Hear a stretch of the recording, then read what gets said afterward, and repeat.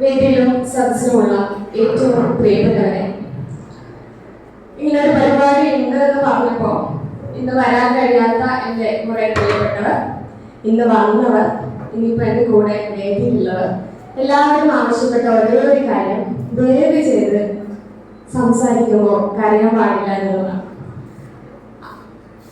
നിങ്ങളുടെ ആ ആവശ്യം എത്രമാത്രം പൂർത്തിയാക്കാൻ കഴിയുമെന്ന് എനിക്കറിയില്ല.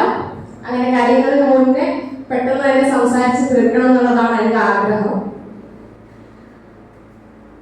സത്യത്തിൽ വലിയൊരു സന്തോഷമുള്ള നിമിഷമാണ് 2011-12 വർഷത്തില് ബ്രണ്ണൻ കോളേജിലെ മലയാള വിഭാഗത്തിലേക്ക് അമ്മയുടെ കൂടെ വന്നതും അന്ന് സന്തോഷ് മാഷും ദേവി ടീച്ചറും കൂടെ അഡ്മിഷൻ തന്ന് ഇങ്ങോട്ടേക്ക് കൂട്ടിക്കൊണ്ടുവന്നതും ഓർമ്മയുണ്ട്. അതിനുശേഷമുള്ള ഞാനെന്ന് പറയുന്നത് അന്നേ വരെ ഉണ്ടായിരുന്ന ഒരാളെയല്ല. പിന്നീട് ഡിഗ്രി ആയാലും PG ആയാലും അത് കഴിഞ്ഞുള്ള എൻ്റെ ഗവേഷണ കാലമായാലും ഏതാണ്ട് എൻ്റെ ജീവിതത്തിന്റെ 10-11 വർഷങ്ങൾ ഞാൻ ഇവിടെ തന്നെ ഉണ്ടായിരുന്നു.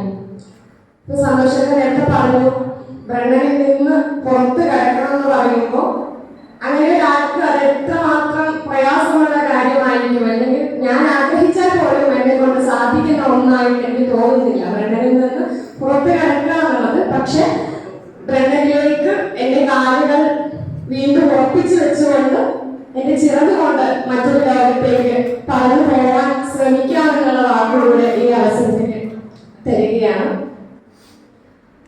കവിത എഴുതി തുടങ്ങുന്നതിന് മുന്നേ കത്തുകൾ എഴുതി തുടങ്ങിയ പെൺകുട്ടി തന്നെയായിരുന്നു. ഇവിടെ വേദിയിലുള്ള ഏതാണ്ട് കുറെ പേർക്കൊക്കെ കത്ത് കിട്ടിയിട്ടുണ്ട്. ഇവിടെ ഉള്ളവർക്ക് കത്ത് കിട്ടിക്കാണും, കിട്ടാത്തവർക്ക് മെസ്സേജ് ആയിട്ട് പിന്നെ പരിഭവങ്ങളും പരാതികളും ഇപ്പൊ തന്നെ ഞങ്ങൾക്ക് ആർക്കും കത്ത് തന്നില്ലല്ലോ എന്ന് മെസ്സേജുകൾ അയക്കാൻ തുടങ്ങി. ജീവൻ ഇനി ബാക്കിയുള്ളത് കൊണ്ട് നിങ്ങൾക്ക് എല്ലാവർക്കും കത്ത് പ്രതീക്ഷിക്കാവുന്നതാണ്. അപ്പം പിന്നെ നേരത്തെ സന്തോഷ് മാഷ് പറഞ്ഞതുപോലെ ഒരുപാട് സങ്കടങ്ങളുള്ള അല്ലെങ്കിൽ ഭയങ്കരമായിട്ടുള്ള അപകർഷത പോലുള്ള ഒരു കുട്ടിയായിരുന്നു ഞാൻ. ഇപ്പോഴും അത് വലിയ മാറ്റങ്ങൾ വന്നിട്ടില്ലെങ്കിലും അങ്ങനെയുള്ള സാഹചര്യങ്ങളെ, അങ്ങനെയുള്ള അനുഭവങ്ങളെ എങ്ങനെ മറികടക്കണമെന്ന് ഞാൻ പഠിച്ചിട്ടുണ്ട്. അപ്പം ആ ഒരു മാറ്റത്തിലേക്കാണ് ബ്രണ്ണൻ കോളേജ് മലയാള വിഭാഗം എത്തിച്ചത്. അപ്പം ആ സമയത്തൊക്കെ എന്നെ മുന്നോട്ട് നയിച്ച എൻ്റെ ഏറ്റവും കരുത്തായിട്ടുള്ള ഒന്നാണ് ഈ കവിത എന്ന് പറയുന്നത്. പിന്നെ ആദ്യമായിട്ട് സന്തോഷ് മാഷിന്റെ ക്ലാസ്സിൽ ഇരുന്ന സമയത്ത് മാഷ് അതിഗംഭീരമായിട്ട് കവിത ചൊല്ലുന്ന ഒരാളാണ്. അപ്പൊ മാഷിന്റെ കവിതകളൊക്കെ ഇങ്ങനെ കേട്ട് നമ്മളിങ്ങനെ ഇരിക്കുമ്പോൾ മാഷ് ഇങ്ങനെ പറയും, കുറെ പുസ്തകങ്ങൾ വായിക്കണം, പുസ്തകം കാണണം, അതോടൊപ്പം തലശ്ശേരിയിലൂടെ പോകുമ്പോൾ തലശ്ശേരി DC ബുക്സിൽ ഇറങ്ങണം, അവിടെ കാണുന്ന പുസ്തകങ്ങളൊന്നും വാങ്ങാൻ നിങ്ങൾക്ക് ഇപ്പൊ വിദ്യാർത്ഥികളായതുകൊണ്ട് പൈസ കയ്യിലുണ്ടാവില്ല, പക്ഷെ വെറുതെ അതിനെയൊക്കെ ഒന്ന് തൊട്ടു നോക്കിക്കൊണ്ട് ഏറ്റവും പുതിയതായിട്ടുള്ള വന്ന പുസ്തകങ്ങൾ അവിടെ മുന്നിൽ വെച്ചിട്ടുണ്ടാവും. ആ പുസ്തകങ്ങളെ ഒന്ന് കണ്ട് വെറുതെ ഇറങ്ങി പോകണമെന്ന് പറയുമ്പോൾ വൈകുന്നേരം വിട്ട് ഞങ്ങൾ സുഹൃത്തുക്കളൊക്കെ തലശ്ശേരി ബസ് സ്റ്റാൻഡിൽ ഇറങ്ങിക്കഴിഞ്ഞ് പഴയ ബസ് സ്റ്റാൻഡിലുള്ള DC ബുക്സിലേക്ക് പോകുമ്പോൾ ഞങ്ങളിങ്ങനെ കൗതുകത്തോടെ സന്തോഷത്തോടെ ഒക്കെ ആ പുസ്തകങ്ങൾ നോക്കി കാണുമ്പോൾ എൻ്റെ മനസ്സിൽ ഒരു നാൾ എപ്പോഴെങ്കിലും എൻ്റെ ആ ഷെൽഫിൽ എൻ്റെ പുസ്തകം ഉണ്ടാവണമെന്ന് ഞാൻ ആഗ്രഹിച്ചിട്ടുണ്ടായിരുന്നു. അപ്പോൾ സംഭവം പോകുന്നുണ്ട്. അപ്പൊ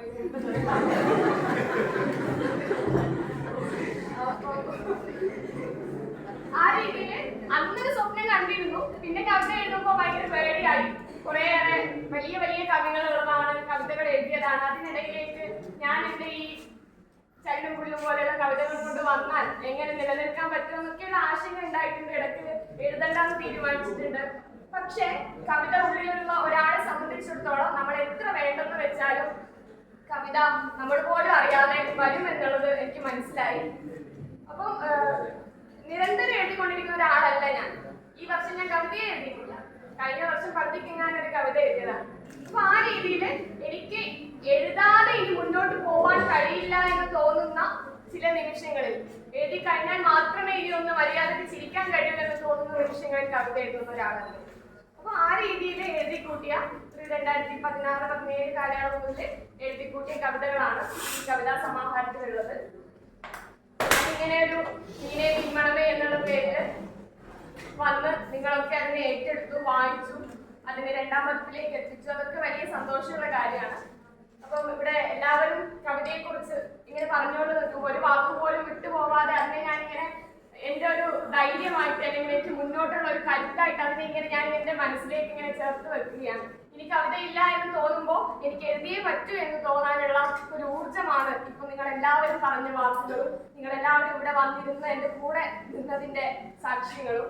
അപ്പം ആ രീതിയിൽ പിന്നെ ഇന്നിങ്ങനെ ഒരു പരിപാടി നടത്തുമ്പോൾ എനിക്ക് ലീവ് കിട്ടാത്തതുകൊണ്ട് തന്നെ ഞാൻ സ്കൂളിൽ നിന്ന് രാവിലെ 6:30 പോകും. ഈവനിങ് ക്ലാസ്സിലൊക്കെ കഴിഞ്ഞ് 8 മണിക്കാണ് വീട്ടിലെത്തുക. അതുകൊണ്ട് ഇങ്ങോട്ടേക്ക് വരാനോ അല്ലെങ്കിൽ ഇവിടെ എന്ത് ചെയ്യണമെന്നൊന്നും എനിക്കറിയില്ല. അപ്പം അമല് പറയും. അമലിനെ കൊണ്ട് നമ്മൾ സാധാ ക്ലീശ പോലെ പറയുകയാണെങ്കിലും പൊളിറ്റിക്കലി കറക്റ്റ് അല്ലെങ്കിലും റഫീഖ് മാഷ് പറഞ്ഞു, പെങ്ങളുടെ കല്യാണം നടക്കുമ്പോൾ ആങ്ങളെ എങ്ങനെയാണ് ഉണ്ടാവുക അതുപോലെയാണ് അവനെ കാണാനില്ല എന്ന് പറഞ്ഞു. അപ്പൊ ആ രീതിയിൽ എനിക്ക് ഒരു കാര്യത്തിലും ആശങ്കയില്ലാതെ ഇവിടെ എന്ത് ചെയ്യണോ അല്ലെങ്കിൽ ഇവിടെ എന്തെങ്കിലും ചെയ്യേണ്ടതുണ്ടോ എന്ന് പോലും ചോദിക്കാതെ എല്ലാം ചെയ്തത് അമലും മറ്റ് ഗവേഷകരും ഒക്കെയാണ്. അപ്പൊ ആ രീതിയിൽ എൻ്റെ കരുത്ത് എന്ന് പറയുന്നത് അവരൊക്കെ തന്നെയാണ്. അവരുള്ളത് കൊണ്ട് കൂടെയാണ് ഈ പരിപാടി ഇത്ര ഭംഗിയായിട്ട് നടന്നത്. അതോടൊപ്പം എൻ്റെ മുന്നേ എൻ്റെ കൂടെ പഠിച്ച എൻ്റെ സഖാക്കൾ, എൻ്റെ സുഹൃത്തുക്കൾ എല്ലാവരും വിളിച്ചു ചോദിച്ചു ഞങ്ങൾ തലേ ദിവസം വന്ന് എന്തെങ്കിലും ചെയ്യണമെന്ന് ചോദിക്കുമ്പോൾ ഇവരിവിടെ ഉണ്ടല്ലോ, ആ ധൈര്യത്തിന് വേണ്ട, നിങ്ങൾ രാവിലെ കൃത്യസമയത്ത് ഇവിടെ എത്തിയാൽ മതി എന്നുള്ളത് ഞാൻ ധൈര്യപൂർവ്വം പറഞ്ഞിട്ടുണ്ട്. അപ്പൊ അതേപോലെ എല്ലാ കാര്യങ്ങളും ചെയ്തു. അതേപോലെ എൻ്റെ സുഹൃത്തുക്കൾ പല ഭാഗത്തുനിന്ന് എത്തിയിട്ടുണ്ട്. ഇപ്പം പിന്നെ സന്തോഷനെ വിളിച്ച് കാര്യങ്ങളൊക്കെ ചെയ്തത് നേരത്തെ പറഞ്ഞതുപോലെ മൃദുലാണ്. അപ്പൊ ആ രീതിയിൽ എനിക്ക് ഒരു തരത്തിലുള്ള ആശങ്ക ഉണ്ടായിട്ടില്ല. മറ്റൊന്നെന്ന് പറയുന്നത് ഇവിടെ ഈ 11 വർഷം ഉണ്ടായപ്പോ ഈ പരിപാടികളൊക്കെ നടത്തുന്നതിൽ ഓടിച്ചാടി നടന്ന ഒരാളാണ് ഞാൻ. എനിക്ക് ഈ അടങ്ങിയിരിക്കുക എന്ന് പറയുന്നത്, അതായത് വേദിയിൽ കയറി എല്ലാം പറയുന്നത് കേട്ട് ഒരു ചായ പോലും ആർക്കും കൊണ്ടുകൊടുക്കാൻ പറ്റാതെ ഇവിടെ അടങ്ങിയിരിക്കുക എന്ന് പറയുന്നത് കുറച്ച് ബുദ്ധിമുട്ടായിരുന്നു. പക്ഷെ അതൊക്കെ ഒരു ജീവിതത്തിന്റെ വളരെ വിലയേറിയ ഒരു അനുഭവമായിട്ട് നിമിഷമായിട്ട് ഞാൻ കൊണ്ടു നടക്കുന്നു. പിന്നെ ഈ പുസ്തകത്തിന് പിന്നെ അവതാരിക എഴുതി തന്ന പ്രഭാകര മാഷ്, പഠന എഴുതി തന്ന സുധീഷേട്ടൻ, പിന്നെ ഇതിന്റെ മനോഹരമായ കവർ എല്ലാവരും ശ്രദ്ധിച്ചിട്ടുണ്ടാവും. ഗോപികൃഷ്ണനാണ് അത് വരച്ചിട്ടുള്ളത്. ഒരുപക്ഷെ കവിത അറിയാത്ത അല്ലെങ്കിൽ വായന അറിയാത്ത കൊച്ചു കുഞ്ഞുങ്ങൾ പോലും എന്റെ പുസ്തകം എടുത്തിങ്ങനെ നിൽക്കുന്നത് അതിശയത്തോടെ കൗതുകത്തോടെ നോക്കി നിൽക്കുന്നത് കണ്ടിട്ടുണ്ട്. അതൊരു പക്ഷെ ആ കവർ നൽകുന്ന ആ ഒരു ഭംഗി അല്ലെങ്കിൽ ആ മീനിനെ കാണുമ്പോൾ ഒരു കവിത പോലെ അത് ആസ്വദിക്കാൻ പറ്റുന്നതിന്റെ ഒരു കാര്യം കൂടിയായിരിക്കും. ആ രീതിയിൽ പുസ്തകത്തെ ഇത്രയും മനോഹരമാക്കി തന്ന 3 പേരോടുള്ള അവരുടെ അസാന്നിധ്യത്തിലും അവരോടുള്ള സ്നേഹവും നന്ദിയും അറിയിക്കുകയാണ്. മറ്റൊന്ന്, എനിക്ക്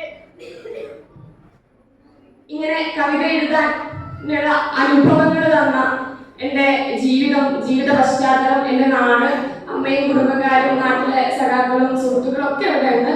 അപ്പം അവരോടും എല്ലാപ്പോഴും എൻ്റെ കൂടെ നിൽക്കുന്നതിന് നിങ്ങൾ ഓരോരുത്തരോടുള്ള നന്ദി കൂടെ അറിയിക്കുകയാണ്. പിന്നെ എന്തൊക്കെയോ വിട്ടുപോയിട്ടുണ്ട്. പിന്നെ ഷുക്കൂർക്ക പുസ്തകങ്ങളായിട്ട് പുറത്തുണ്ട്. ഷുക്കൂർക്കോടുള്ള നന്ദി അറിയിക്കുന്നു.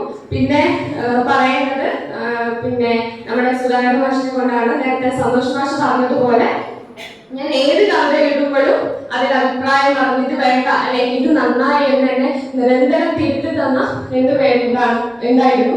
ഇതിലൊരാളാണ് സന്തോഷ് മാഷ്, ഒരാളാണ് സുധാകരൻ മാഷ്.